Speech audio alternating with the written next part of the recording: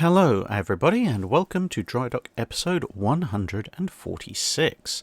This week the questions are taken from Guide 205, that's regarding SMS Emden, the really famous one, built in 1909, and the first video from the three-part mini-series on the salvage of Pearl Harbor. Not Ma Cup of Tea asks, in the video on Yamato you mentioned that they considered a diesel power plant. Is there any information on the specs of a diesel power plant from the time that developed sufficient power to achieve Yamato's design speed?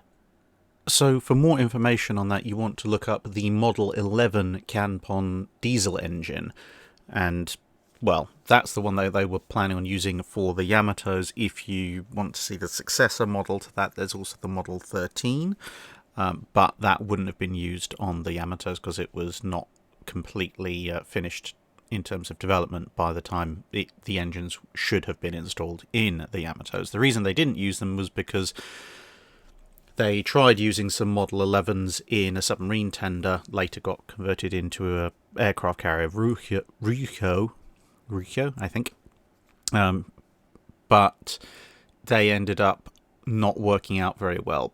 Fundamentally, the problem was the Japanese had some somewhat over-optimistic ideas about how much they could supercharge the diesels to increase the power output, which didn't really work out, plus some of the other modifications they did because they bought in a foreign diesel engine and then basically took it apart, learned how to build it, and built their own version. And this is not, again, not copying. They were taking an existing technology, trying to learn how to work it, and then develop their own version, which they were also trying to improve, but it turned out that reliability as well as power output was a significant problem for the Model 11. The Model 13 was somewhat better, but as I say, the Model 13 didn't come about until well after the Yamatos actually needed to be built. But with the Model 11, they realized that even if they could solve the power output issues, they would still have this major problem with the maintenance, because any time something really, really major went wrong with them, which seemed to be happening a disturbing amount of time in the trial ship, you would have to extract the power plant, and given that the power plant was going to be under a very heavy armor deck, that was going to be a rather considerable problem. And so they decided to scrap the idea and go with turbines, which were considerably more reliable at the time. Josh Thomas Moore asks, was there ever an agreed place to put ships' spotting planes, as some have them in the middle, some at the back, and even some Italian ones seem to have them at the front? What's your personal favourite for the position of aircraft? So where a spotting aircraft or other kind of ship-borne aircraft should be placed varied, again, as with so many of these answers, depending on Navy and depending on time. Very early on, they were mounted on little launch platforms atop the turrets, although quite often those were just as much a kind of point defence fighter aircraft as they were a scout.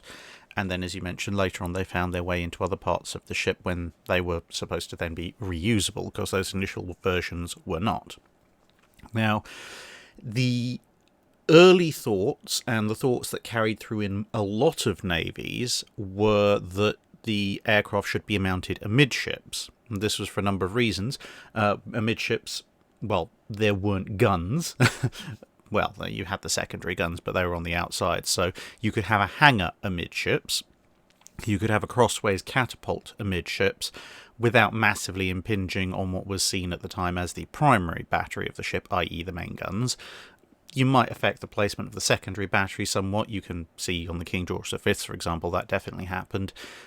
But the need to cover every single inch of the ship in anti-aircraft guns, which evolved during the mid and latter part of World War II, hadn't yet occurred. So it wasn't seen as a massive sacrifice. Additionally, because amidships is the widest part of the ship, that meant you could get the greatest capacity in. So certainly on battleships, it meant you could carry multiple aircraft, and even on some cruisers. Obviously, the extra width also meant the catapult had the longest possible run out if you were using a complete cross-deck catapult as opposed to a swing-out catapult. And it also, in some ways, made recovery easier, because if you have an aircraft at the stern, on a stern launcher like this, if you also have your recovery crane at the stern, then your aircraft is going to have to fight its way through quite a active part of the ship's wake, which can be somewhat difficult. Whereas, in theory at least, if you have your aircraft crane amidships, the aircraft can land off to one side and then taxi in at an angle and hopefully pull up relatively close to the ship without actually experiencing too much disturbance from the ship's wake. Although that would depend quite a lot on circumstances. Ships quite often would just turn broadside to create a kind of dead patch behind them, which would create a nice calm landing spot for their scout planes, amongst other things. So there are a lot of advantages to this amidships position.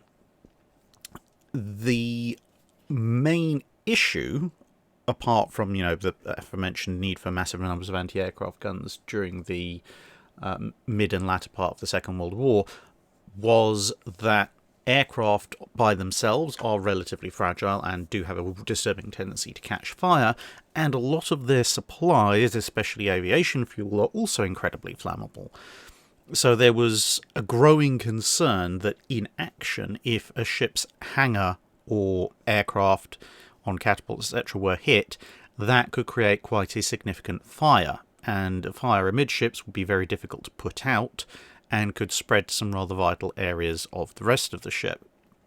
It also, as more and more appreciation for secondary AA guns was beginning to grow, was seen as something of an impediment to the deployment of those guns, or even if you weren't planning on sticking extra guns in, it took up space in terms of the arcs of fire of those guns. And so you could relocate them, and one of the ideas which the US Navy took up in a big way was to move them all to the stern. So stern area was relatively unimpeded, and unless the guns were going to fire on a fairly significant backwards facing arc, they probably wouldn't be too badly affected, it was hoped. As it turned out, with encounters like South Dakota fighting at the second night action of the naval battle of Guadalcanal, yes, they in fact were quite badly damaged and in some cases set on fire by the guns, but overall that it was seen that if worst comes to worst, damaged, destroyed or on-fire aircraft at the stern could be relatively easily ditched, whereas damaged, destroyed or on-fire aircraft amidships would be a significantly greater problem. And so you had this development of placements. Of course, where you stored the aircraft, if you had them at the stern, because you couldn't really have a hangar bolted onto the stern, because then you would be obscuring the line of fire for the aft guns anyway.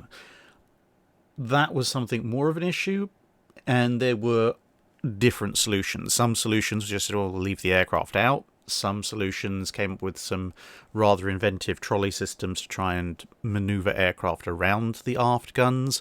Obviously, in some vessels, they didn't have aft main battery guns, so that wasn't so much of a problem, like Richelieu. And on some other vessels, like Yamato, it was just so big that you could put an underdeck hangar and crane them up from there instead.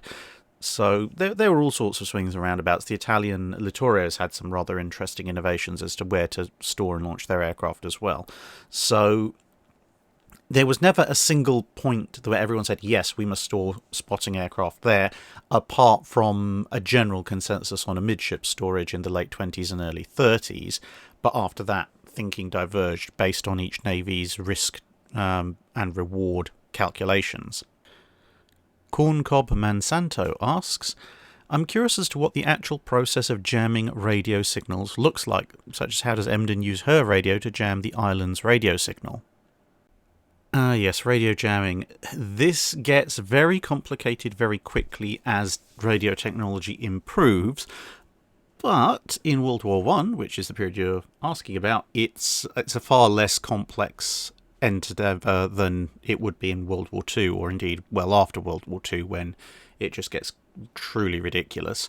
But back in the old days, it was simply a case of identify the frequency at which your target is transmitting, and quite often they were using crystal radios, so they might only have one or a few frequencies that they could really transmit at.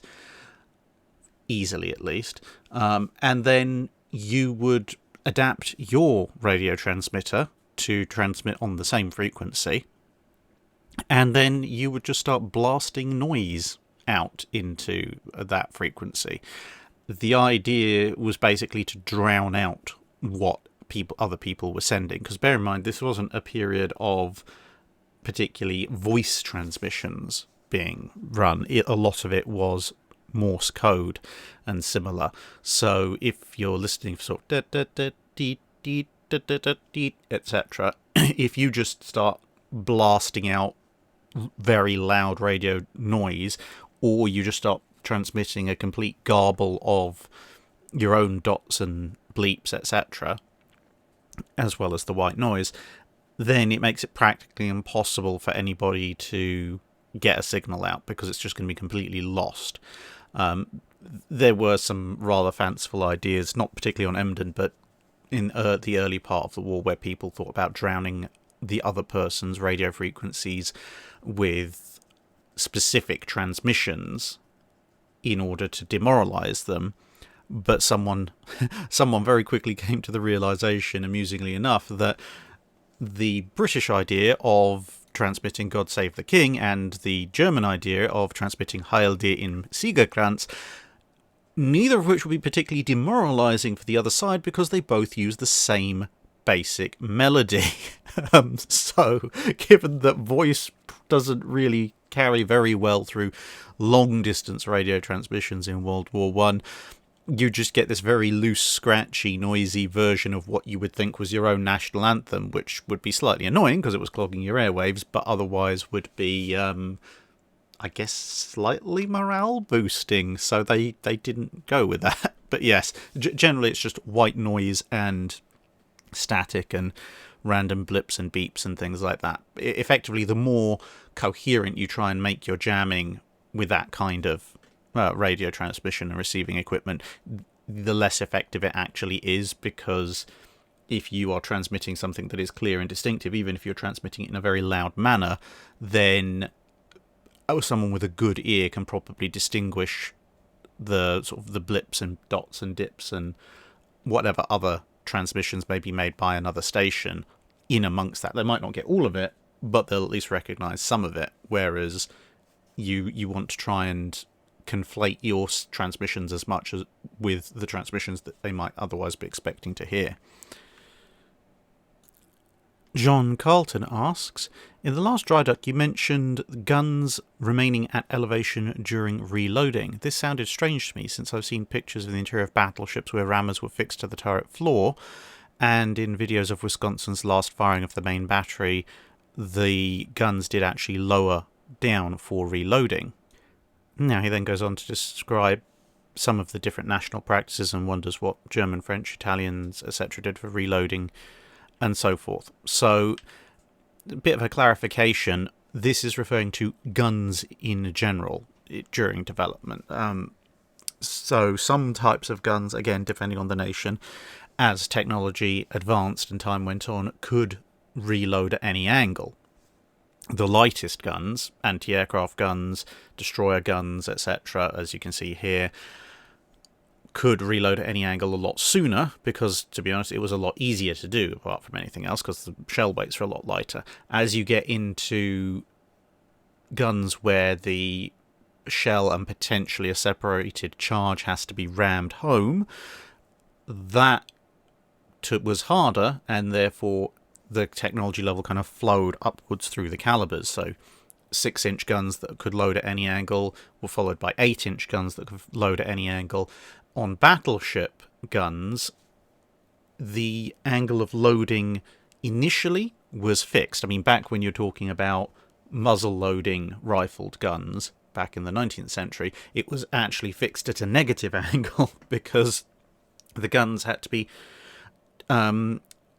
elevated, I guess, downwards to face down into the deck, where there were hydraulic rams that would push everything in from underneath the deck. Then, obviously, as you move on to the breech loaders, initially some of the breech loaders, not only would they have to come down to zero elevation, but they'd also have to come down to and be rotated to a specific angle of train, the Majestics, for example, because there was no dynamic loading apparatus. Gradually, as technology improved for battleships, you could then load at any angle of train, which is different from any angle of elevation. So, for example, if your guns are pointed 90 degrees to the left, on a Majestic class, you'd then have to turn your guns back to reload them, but at any angle of train, you could keep your guns pointing at the target whilst they reloaded, because the interior of the turrets, the loading mechanisms, etc. had been advanced.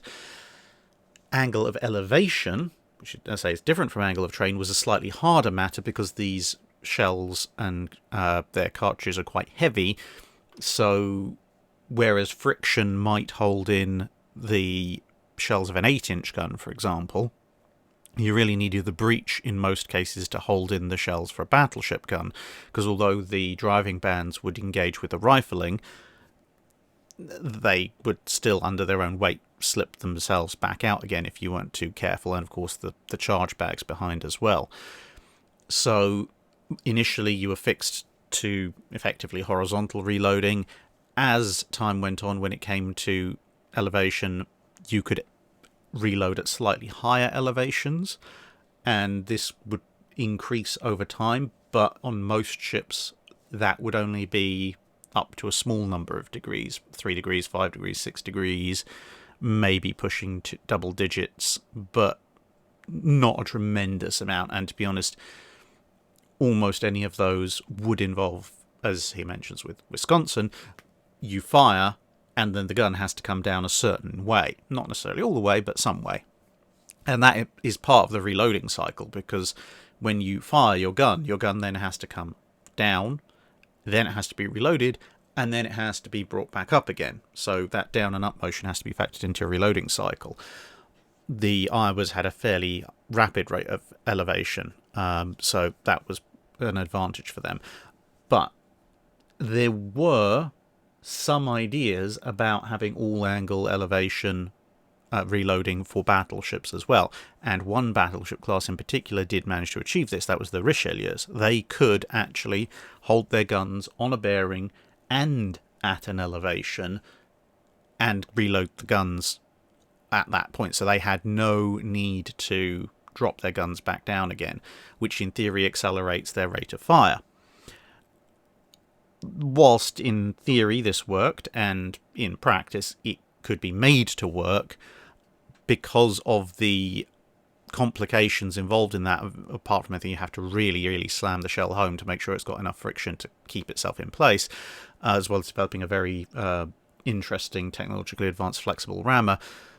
Whilst they had this ability, quite often the Richelieus would still lower their guns somewhat for reloading, albeit not down as far as other battleships had to do.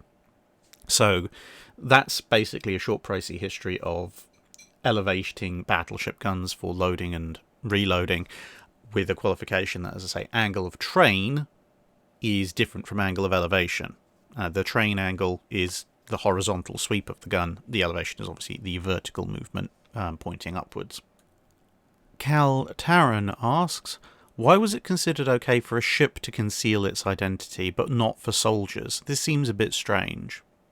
So it's a matter of degrees of disguise and identity. So there's nothing in the rules of war that forbids a soldier from camouflaging himself, for example. A sniper in a ghillie suit is not committing a war crime. The thing, at least under most of the rules of war for the 20th century, is that a soldier cannot be actively pretending to be a civilian and engage in hostile actions, or pretend to be a member of another military force, such as, the military force that they're infiltrating or fighting against, and take part in military action. I mean, obviously spies and such like will end up doing that. Commando raids sometimes will do that, but theoretically they're subject to very strict penalties if they do. Now, similarly with warships, disguising yourself to deceive, i.e. the warship equivalent of putting on a ghillie suit or a camo pattern uniform, as you can see here with Emden, because remember, Emden is in the 1909 Emden was a 3-funnel warship, but as in modelled in World Warship, she has a 4th dummy funnel to make her look like a British ship from a visual inspection, so that people would just go, oh, it's just another British ship, we'll ignore it. That kind of deceptive camouflage is not a problem under the rules of war. Where the rules of war do have an issue is if you then attack under a false flag, because it's how you are identifying various combatants. For a person, they're going to look at your uniform, potentially any badge you might have, but generally your uniform, because your uniform is the thing that makes you distinct and identifiable. For warships, it's broadly accepted that 1, they're doing their level best to not be seen, and 2, there is no kind of uniform outside of, I guess, peacetime camos that you can apply to warships to make them easily identifiable, because there are going to be so many different types of warship, so many different classes of warship, warships being designed and built in one country and sold to multiple other countries. So especially when you have like the LZ cruisers, you might have 3 or 4 different navies, potentially navies that might come into conflict with each other, all sailing exactly the same ship. The Italian Pisa class is another good example of that. So, and the Garibaldis actually. It was generally accepted that for ships, the visible shape, profile, etc. of a ship wasn't necessarily an indication of its actual allegiance. What was more important was the flag it was flying. So, yeah, you could sail under a false flag, the same as you could travel in disguise, but you weren't supposed to take hostile action under a false flag. So, if you were going to launch an attack, you would first have to run up your own battle ensign to show, I am a ship serving the Royal Navy, the Kaiserliche Marine, etc., etc., and then you were good to open fire. Now, technically, that might only be sort of 10 seconds before you open fire, but at least everyone knows who's attacking who.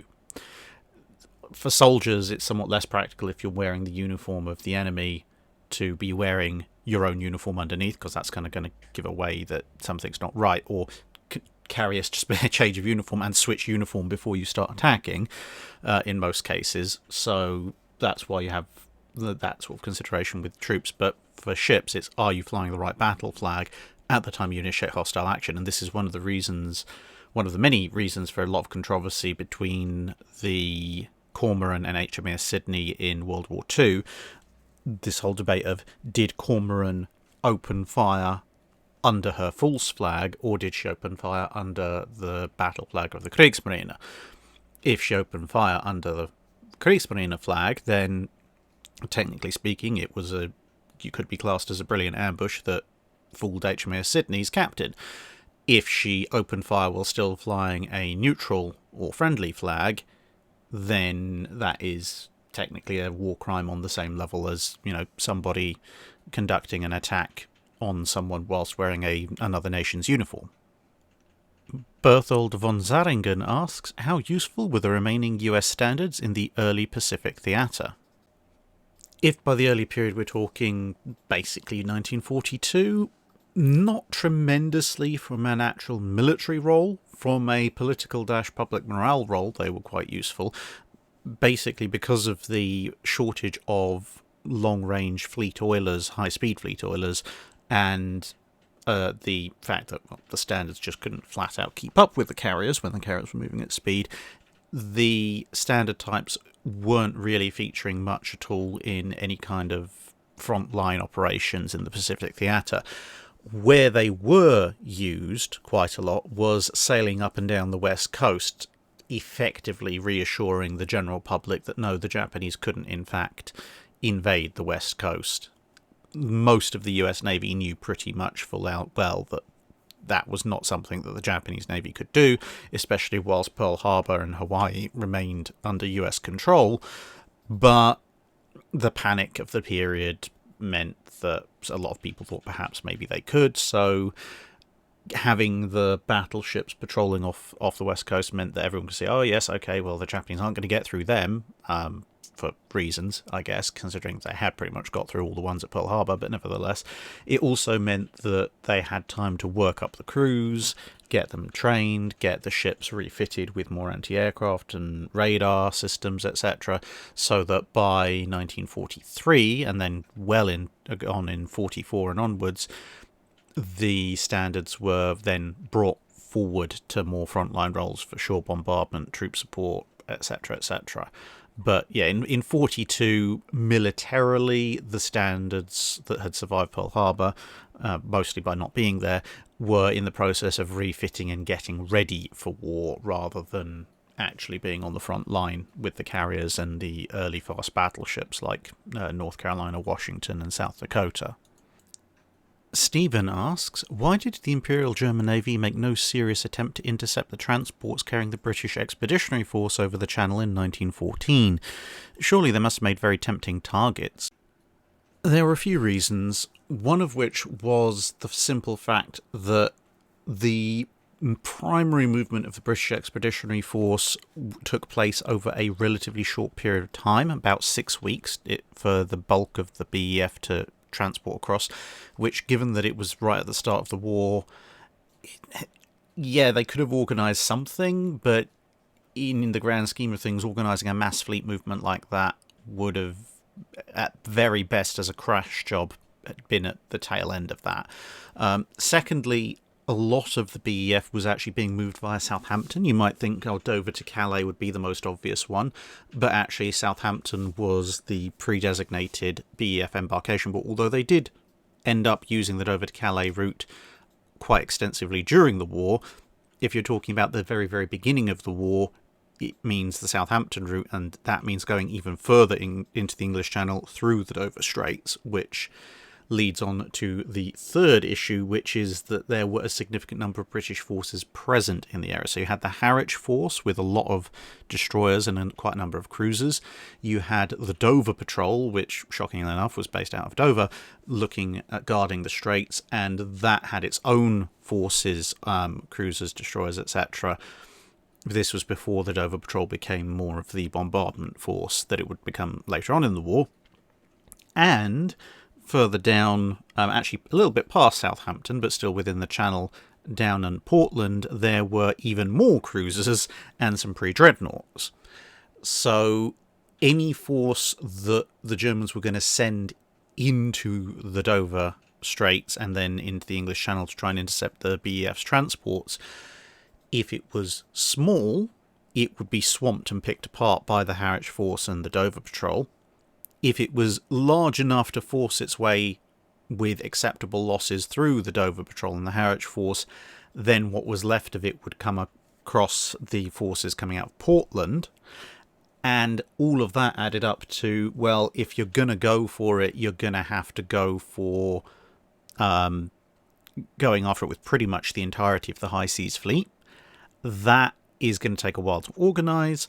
It's almost certainly going to be spotted.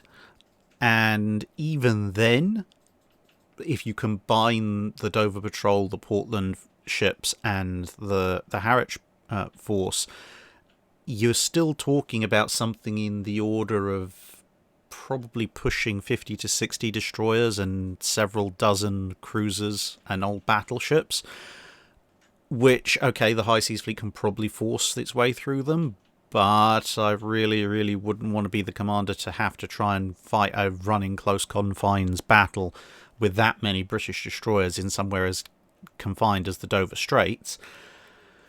And then even assuming that all of that somehow works and you get through, there's going to be quite a lot of ships damaged and lost. And because most of the BEF is sailing from Southampton, they're going to have plenty of warning you're coming, so the transports that are in the Channel will have the opportunity to dash into various ports and offload their troops. And then you're almost certainly going to have the problem of, even if the Grand Fleet doesn't get there to intercept you on time, which, to be fair, there's probably a reasonable chance it might not, but even if it doesn't, it will be waiting for you in the Dover Straits when you come back. And you're not going to be taking the High Seas Fleet anywhere else, because your only other choice would be to try and circle all the way back around around the UK and come back again through the North Sea, from the north of the North Sea, which obviously the Grand Fleet is in a much better position to intercept you because they only have to do one leg up the North Sea to stop you, whereas you have to go all the way around. You can't keep doing a back and forth, back and forth, back and forth because you'll run out of fuel.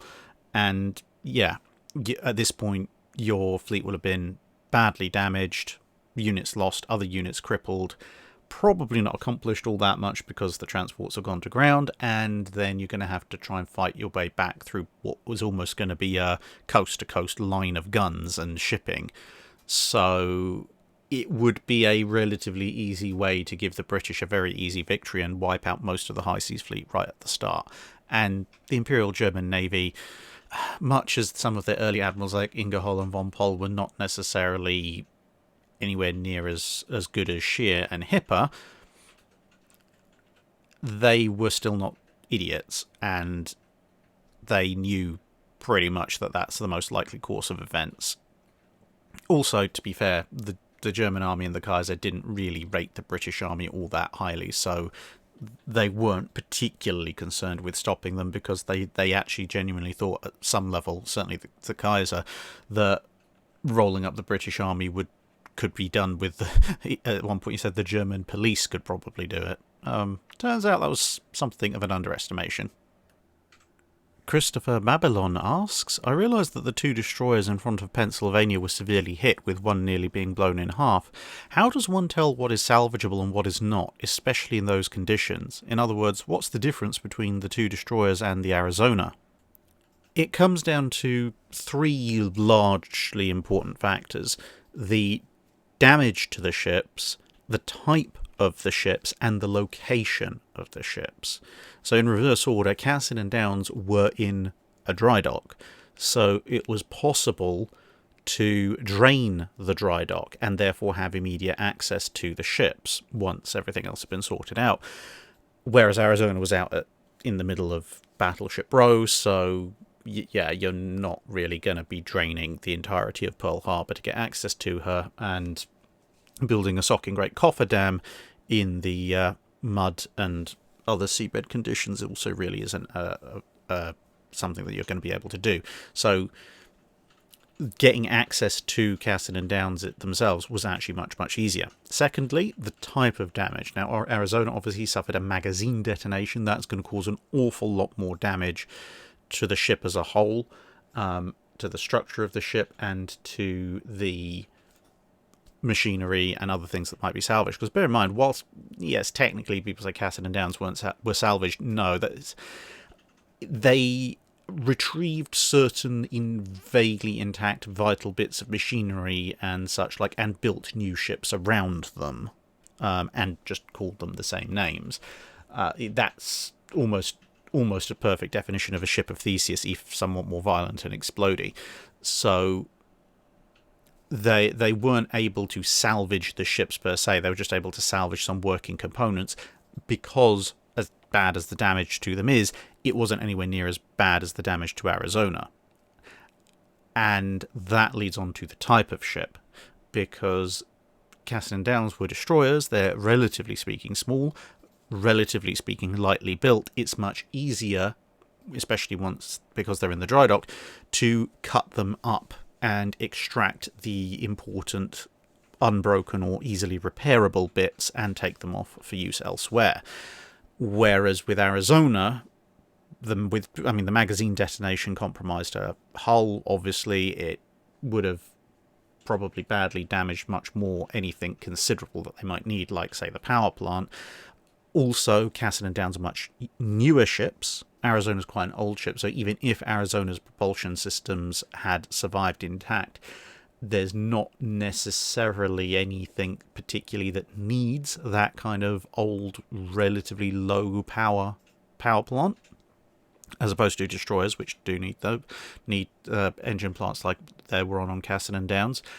And even if there was something particularly notable about Arizona which they thought they might be able to retrieve and use, and they did retrieve and use some stuff, some of the gun turrets and 5-inch guns that were more accessible higher up the ship. But if there was something further down, let's say, that they wanted, well, to cut apart Cassin and Downs is, as I said, considerably easier, whereas to cut apart Arizona, which just physically has more of Arizona in the way because it's a battleship and so much larger, and also has massive amounts of armour in the way, it's a far, far, far more difficult process, and therefore the cost-benefit of salvaging some machinery, which is quite a long lead item, around which you could build the relatively cheap, quick and easy hull of a couple of new destroyers and get those into service fairly quickly, that cost benefit is quite good given the circumstances that we just described, as opposed to the cost benefit of dismantling an entire battleship underwater in place and then retrieving some old machinery, which is at best going to take years to integrate into some kind of newer ship, which is probably either going to be replacing the machinery on another standard if you somehow recondition it and it survived the magazine explosion, which it probably hasn't, and even if it did, more likely gets integrated into some kind of support ship, which is of lesser priority in the immediate aftermath of Pearl Harbor than warships. Scott Mason asks, how would you have designed Bismarck, Yamato, Graf Zeppelin and the King George V classes to make them better or more useful? Okay, well, using full hindsight and potentially some slightly ambitious budgeting and a little bit of political manoeuvring, if I was going to say put 2 improvements on each of the classes you mentioned, for Bismarck, I would go with initiating or accelerating the development of a 127 or 128mm dual-purpose gun in the 1930s and replacing the entire secondary battery of heavy anti-surface and heavy anti-aircraft weapons with a unified 128mm or 127mm battery. And I would also, for Bismarck itself, install twin rudders, which could operate independently of each other. For the King George V's, I would scrap the idea of this ability to fire all the guns dead set at 0 elevation straight over the bow and give them a Vanguard-style flared bow, and I would also persuade people to probably to go with the triple 15-inch 45 version with the 3 triple turrets that they were thinking about initially, get that in train for 2 reasons. One, I think 9 15-inch guns in 3 triples would have made for a slightly nicer, slightly better ship. And secondly, as I've covered in other Drydocks, that 15-inch weapon could have then been refitted quite easily into a large number of the Royal Navy's other 15-inch armed ships, thus improving the overall lethality of the fleet and simplifying shell supply issues. As far as Yamato goes, I would probably go similar to the Bismarck, in as much as when you do the big refit that scraps a bunch of the 6-inch guns and replaces them with a whole load of anti-aircraft guns, I'd be kickstarting production of the 100mm gun that they put on the Akazuki class destroyers anyway, and just covering the side of the ship in those, rather than this mixture of 5-inch guns and 25mm, etc. Just put as many of those on as possible. If you're going to have point defense, fine, have a few 25s, but lots and lots of 100mm. That'd be a lot better for it. To be honest, that would be the main thing I would change about Yamato, because the only other thing that would be a major advantage for Yamato would be good surface search / fire control radar, and earlier, but that's not strictly a ship design issue, that's more of a technological design issue. As far as Graf Zeppelin goes, well, there's a laundry list of things wrong with that ship, but, well, let's try catapults that won't run out of puff before you run out of aircraft, and not quite as many guns as, half the German light cruiser fleet. TG Maker asks, could the Japanese air attack have damaged the dockyard facilities in any meaningful manner, which would have put them out of action for a longer period of time? Yes, quite easily, in fact. If they'd saved some of the torpedoes, or in fact all the torpedoes that they put into Utah, and some of the bombs they scattered out elsewhere, If they'd put, say, a torpedo or two and a couple more bombs into the floating dry dock that USS Shaw was on, that would have kept it down for a lot longer, and that floating dry dock was very important, very useful. As you can see, there was also a number of other dry docks there, and we know from the Pearl Harbor Salvage video series how important getting both the operational docks ready was, and also getting the new ones that were half ready prepared fully, how important that was both to the salvage efforts in general and also to keeping the US fleet active as well when aircraft carriers like Saratoga and Enterprise arrived damaged and whatever. So yeah, if they'd, say, put a torpedo or two into each of the dry dock gates, that would have been a major problem. And, well, they've got some bombers there, they've got some dive bombers and such, so if they'd been able to also bomb the control mechanisms for those gates, basically similar to kind of an airborne, slightly less precise version of what the British did at St. Nazaire, except you're using dive bombers instead of commando units and torpedoes instead of a destroyer full of explosives. If you then, via that, manage to cripple and damage basically the entire stock of available floating and fixed dry docks, that in and of itself would have almost certainly crippled Pearl Harbor's ability to do much of anything, because now the repairs to the salvaged battleships can't be done until those docks are repaired. Repairs to battle-damaged ships can't be done until those docks are repaired. Everything has to go all the way back to the US East Coast, or West Coast, sorry, which means that some ships it may no longer be considered viable to salvage. Other ships that are battle-damaged may just be stuck in Pearl as a safe harbour, because they might have just about been able to limp back to Pearl, but may not be considered good enough to in good enough shape to make it all the way back to the US West Coast, and there's no facilities to patch them up. So until all of that's repaired, there's a lot of problems going on. So that could have quite badly affected the US's ability to wage war in probably the first half of 1942 at best, possibly longer. Zombie Hero 14 asks, I have a drawing of some standard class battleships from Fleet Problem 19. What do you think is the best way to find information on it and to scan it? I assume it was commissioned by the Navy to promote the fleet problems. The caption reads, US Fleet Maneuvers Problem 19, Alaskan Hawaiian Area, and what I found most interesting was in the corner, drawn from the quarterdeck of USS Arizona by VER 321 1938. So in terms of scanning it, it depends on the size in question. For something of this kind of importance, you want to scan at a relatively high DPI setting to make sure you preserve as much detail as possible. So I would recommend at least 600 DPI, 1200 if you can. That rules out most flatbed scanners that you get in these kind of combination printer scanner things. You tend to need a slightly better quality of scanner.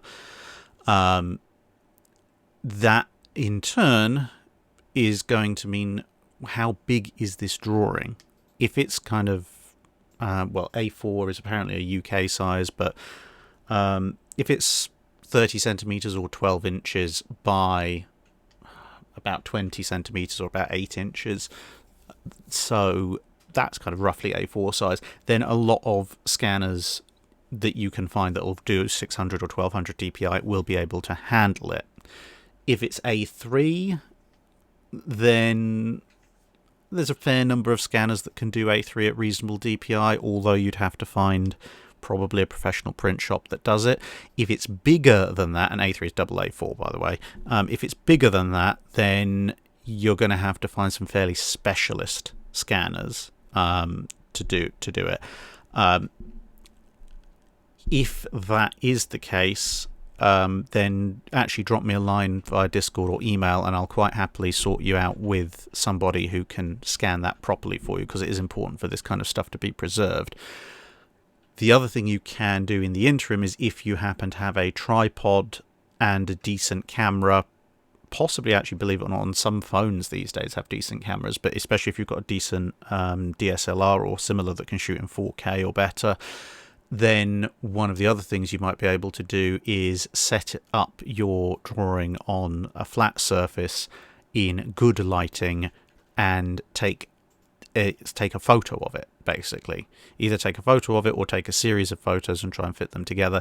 It's not as good necessarily as scanning it is going to be, but it's certainly a lot better insurance against something happening to it in the interim while you sort out somebody to actually scan it. Beyond that, in terms of finding information about Fleet Problem 19, there's a number of books out there about fleet problems. You could look at the US National Archives. They've got on the website, they've got a fair bit about the various fleet problems. Fleet Problem 19 is quite an interesting one. I mean, they're all quite interesting to read about, but 19 especially. If you want to know a little bit more specifically about this drawing and who may have drawn it on USS Arizona, then that requires a little bit more in-depth research into Arizona herself, who the crew aboard during Fleet Problem 19 would have been, etc. And actually that's not going to be so difficult as you might otherwise think. Because of her rather spectacular destruction at Pearl Harbor, there's actually been a fair bit more research done and books published about Arizona and her life and history than there have been about some of the other US standards. So there's a whole range of books that might provide, and some information and online research tools as well, that might provide some information about her role in Fleet Problem 19, her crew, and then you can start sort of whittling it down to see what precisely was happening and who might have drawn it. The other thing to do, to be honest, and some people do seem to forget this, even I forget it sometimes, is check the back. You'd be surprised, especially when you're dealing with naval photos like I do, just how much information people sometimes write on the back of photos and no one ever looks at. So yeah, if you have any further questions or need any clarification or help, drop me a line and I'll gladly help out with that. Bjarki Hilmarson asks, when watching your video about food in the Navy, I started to think about how common it was for them to just catch some fish, both for a fresh meal and for future use. How common was it? It was simultaneously pretty common but also relatively limited, inasmuch as if your ship was on active duty sailing through the ocean at what counted for speed at the time, or some other similar activity, maybe on being on blockade duty, i.e. having to be ready for action almost at any point, then you weren't going to be fishing. And in any case, the fishing usually wasn't at any kind of mass scale, as you can see with this kind of illustration. It would be individuals with lines, often homemade, nothing on a large scale. But on the flip side, if you were in a relatively quiet period of your operations, or you'd put into a harbour or bay, or just a heave to conduct some activity, whether it be painting the ship, some temporary repairs, getting supplies from an island or something like that, then at that point it was very common to find sailors fishing. And whilst, again, going by individual lines rather than, drag nets or something like that, there's, say, on a ship of the line, anything from 400 to 800 plus crew. So given that not everybody's doing something all at the same time, if you've got several dozen people line fishing in fairly fish-rich waters, you can end up with an awful lot of fish very quickly. So yeah, in the more active wartime periods, you'd have these sort of bursts of period when you could do fishing, but a lot of the time, obviously, you're focusing on actually fighting the war. In more peaceful times, there'd probably be a relatively low level but near constant level of fishing when the ship's not in transit from one area to another. Texas and Lashok asks, at what point does naval history become naval lore, and how does lore differ from myth? So the difference between lore and myth is that, well, it's kind of like, what's the difference between myth and legend? A myth is kind of the most false or the most unprovable of those kinds of terms, whereas a legend usually is held to have some kind of basis in fact that perhaps has been exaggerated, whereas a myth is generally held to be kind of, well, it's completely made up or almost entirely made up. So naval lore, at its core, lore means knowledge, so knowledge, history, etc. But in sort of the colloquial sense, naval lore would be something that is broadly accurate, but perhaps is not quite specifically accurate in the fine details. So, for example, an element of, I guess, if you want, of naval lore that might be skirting towards the fanciful would be to say the British won the Battle of Trafalgar because their guns could fire really quickly and the French and Spanish couldn't, and it was like a sort of rapid fire guns versus single hand loaded guns. It gets the gist of the idea across, and yes, the British did win the Battle of Trafalgar, and yes, it in part was because they could fire their guns more rapidly, but it's where you get into the exaggeration of the implication of just how fast that rate of fire was, because yeah, it was fast compared to the Franco-Spanish fleet, but by what the modern conception of rapid fire is, it certainly wasn't that. Now, as far as when naval history becomes naval lore, effectively it's down to how many records do we have of that period, and has it therefore passed out of common knowledge. So even at the time you can get myth-making legends arising and sort of loosely collected naval lore arising, and in part that's because almost any large-scale naval occurrence, whether that be a battle or a building project or whatever, unless it's got some very large formalised history that's been put together with quite extensive effort, and perhaps even then, the accounts of that action are going to be seen from the perspectives of individuals who are involved in that action, and for anything in the last few hundred years, any kind of significant naval event has been large enough that any individual observer is going to miss certain elements and perhaps exaggerate other elements because they seemed very key to them and not key to the actual overall narrative, or perhaps not key to somebody else who was observing those events. So as that event passes out of the common knowledge because of all the survivors of that event, it starts to become more and more lore based unless you go back to documentation, and even then obviously you're left with what documentation is available, what can you actually prove. So for example, something like, say, the Falklands conflict in 1982, that is still very firmly rooted in naval history. There are still plenty of people who fought in that conflict that we can interview. Thanks to modern documentary methods, it's somewhat better documented, albeit obviously there will be a few things that are classified that we still don't have access to. But even with that, you still get weird and wonderful claims thrown about regarding the Falklands, like the perennial claim that the Argentinians bombed and sank HMS Invincible or badly damaged it, despite all the people who were on Invincible who clearly don't recall being blown up or blown over the side, or magical British shipyards that could build an entire Invincible class carrier in the weeks that it would take to get one out there to cover up the loss of the first one. I mean, I wish Britain had yards that could turn out an entire 20,000 ton plus carrier in a few weeks, but if they could, I don't think the Argentinians would have been fighting the Falklands War, because they'd be terrified about the great 3D printing machine that was the British shipyards. These are the inconsistencies with these kind of conspiracy theories. But anyway, when you get back to World War II, then you've got a good body of documented history, but there are still elements of lore there. And then the further and further back, like with the original example with the Battle of Trafalgar and the Age of Sail, the further back you go, the more and more the common knowledge of what happened at that time becomes slightly more lore-based than history-based.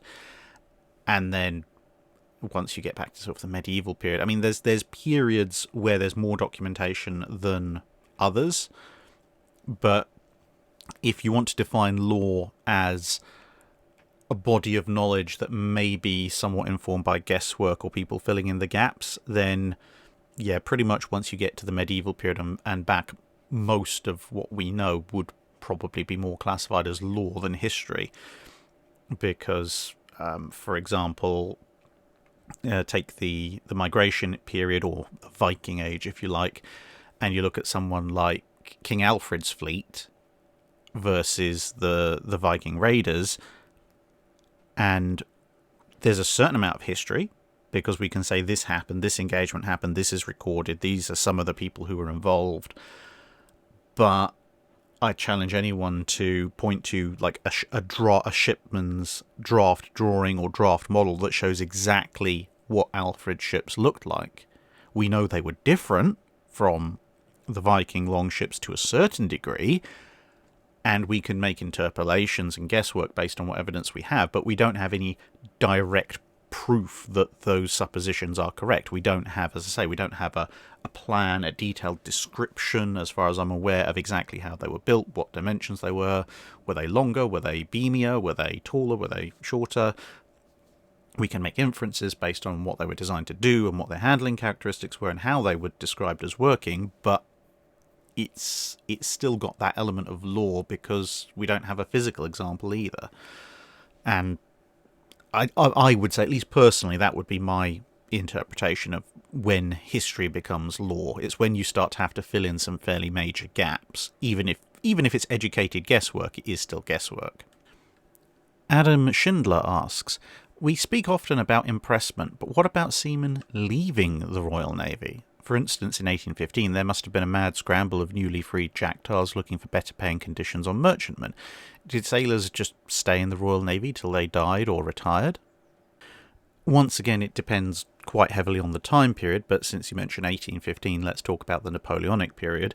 For officers, it wasn't too bad, in as much as you could effectively go on half pay if the Royal Navy couldn't find employment for you, which was at least some income. And if you had built up any kind of reputation, then you could either find yourself some occupation within the country as a local or national level politician. Quite a lot of Royal Navy officers took up that.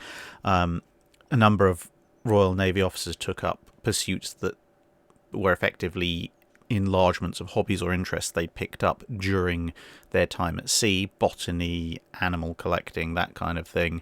Royal Navy officers had some very, very strange hobbies for people who spent a lot of time at sea, where, there's not a lot of soil, but a lot of them, a surprising number, really like tending orchards and things like that afterwards, or gardens.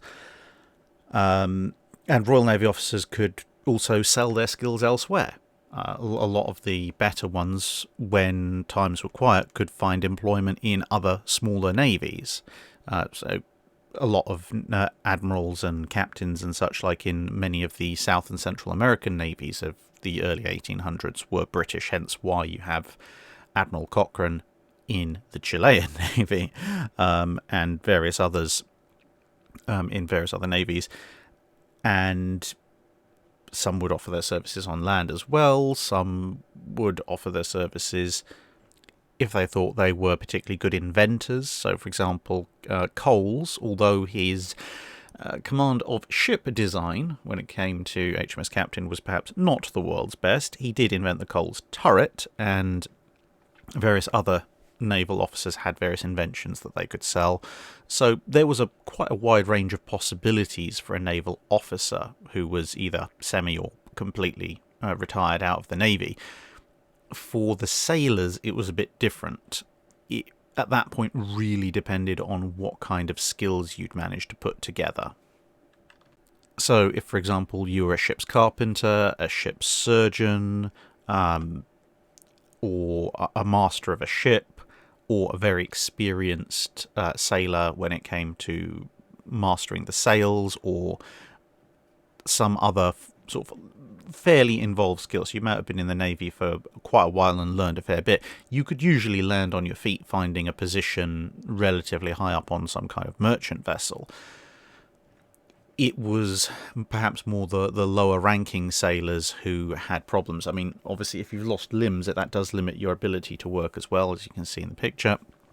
And the government's care for crippled and maimed sailors was not the best a lot of the time. Occasionally some governments would try to help setting up hospitals and things, but quite a lot of the time it was also dependent on public charity.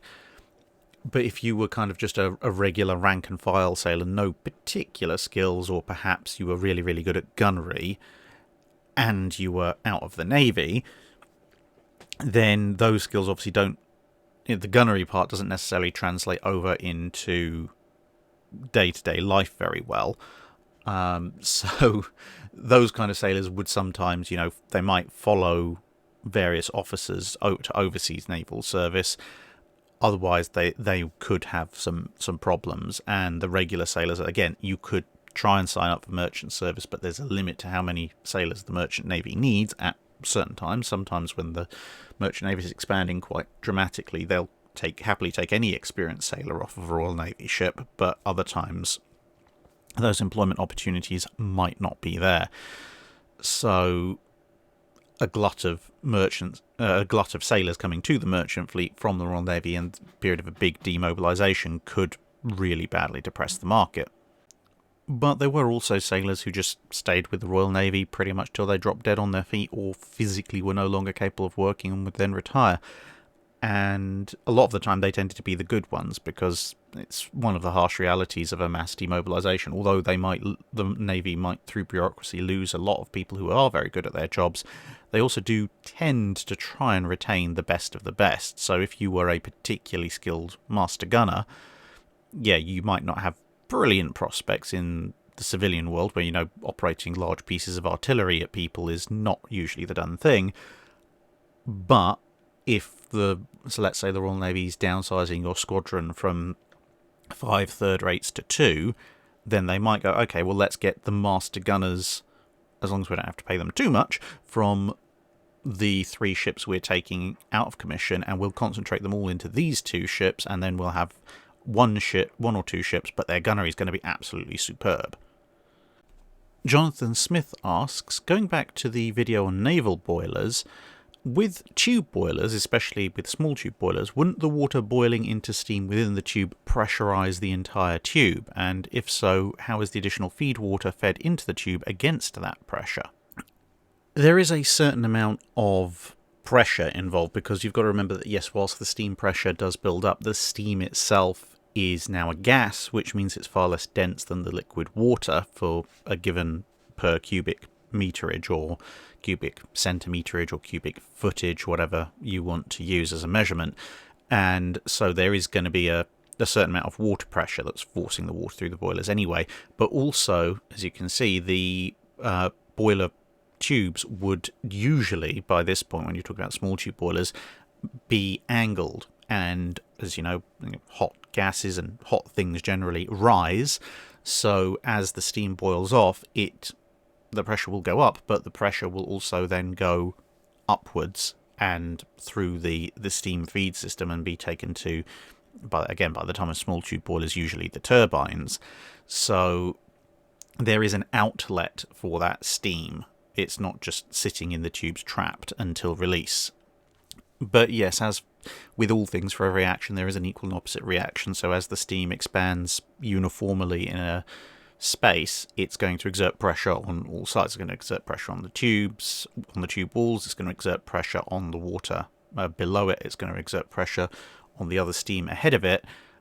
And so there is going to be a certain amount of power lost, if you like, in terms of how much energy you can use from the steam, just in terms of getting more water into the tubes. I hope that answers the question. Matt Osborne asks, how and how often did British sailors do their laundry in the age of sail? Did the washing ever get hung up on a line and confused with signal flags, for instance? So hygiene and washed clothes for this period, obviously the picture's somewhat later, was actually surprisingly important compared to what sort of pop history might lead you to believe.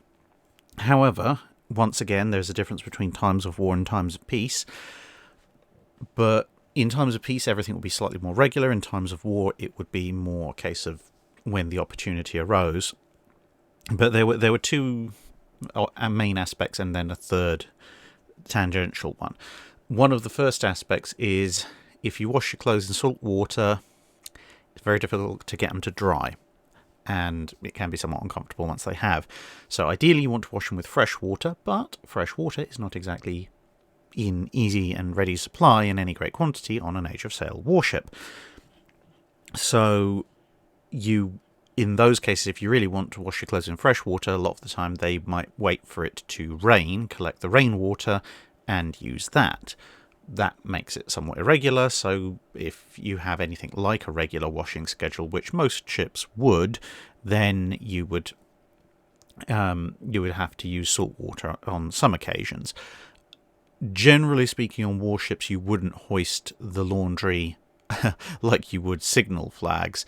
It would tend to be hoisted a lot lower, and sometimes even towed behind the ship on ropes. So quite often ships would tow their boats, so you could attach a rope to a boat or two, and you trail that boat behind the ship, and then you'd have the laundry attached to the rope that was connecting to the boat to the ship. Obviously not to the last few feet, because you'd end up with it being in the sea, but that was another way of dealing with the laundry issues. The second issue, apart from washing it in having to wash it in salt water occasionally, was how much did your captain take the task of keeping everybody clean seriously. So on some ships you might have, let's for example say once a week or once a fortnight everyone must wash their clothes. Other captains might be somewhat more lackadaisical about it and not care too much, and there might not be a fixed day for the washing of clothes, or it might be once a month or something like that. The third issue that I mentioned was also that whilst by regulation women were not supposed to be on ships, and on the ships that were more tightly monitored they generally weren't, unless they disguised themselves as men and were blending into the crew that way. But still, on a lot of ships there were a small but fairly regular contingent of women of varying professions and degrees of obviousness. And quite often they would take on washing duties because of the various issues up to and including the supposed sort of gender-based roles of who should be washing clothes and who should be doing fighting and such like, which were prevalent at the time. And we know this from various records and letters and things where admirals complain about the women of the fleet basically hogging all fresh water for the washing and such like, and it's fleet at sea, so there's enough women around that the admiral knows about it, and there are some minor grumbles over it, but it does happen. So on some ships it would be a case of every man for themselves, and on other ships there might actually be a relatively organised system of, on this gun deck, these are the people that you give your clothes to get washed. And that brings us to the end of the dry dock for this week. Just as a quick FYI, later on in the coming week there will be a video going up telling you all about the 250k subscriber competition, what you need to do to enter it, and what the potential prizes will be. There's quite a range on offer, so you should have a fair bit of fun with that. The main reason for the slight delay is me trying to work out the best way of receiving all the entries. So once I've worked that out, we shall proceed. Other than that, the only other bit of channel admin is that we now have a slightly clearer path out of the COVID restrictions over here in the UK, at least. So the next stage of relaxation of restrictions is due to be taking place actually the day after this dry dock goes live to everybody, and then a subsequent further restriction in lifting in June, in theory, as long as everything goes as planned. So potentially, whilst I'm sorting out the issues surrounding being able to travel possibly to the US in September, I may also organise something in terms of I might just go to a naval museum, maybe the historic dockyard at Portsmouth or Chatham, or maybe something in London if people want to come and say hi, etc. And obviously just a reminder that the Chalk Valley History Festival on the 26th and 27th of June, I'll be there in my medieval reenactment guise, and of course at Tankfest later this year in September I'll be there as well. So Yeah, things are looking a little bit brighter, and quite literally as well. The sun is out in the UK, which is very strange. So I'll leave you with that, and see you again in another video.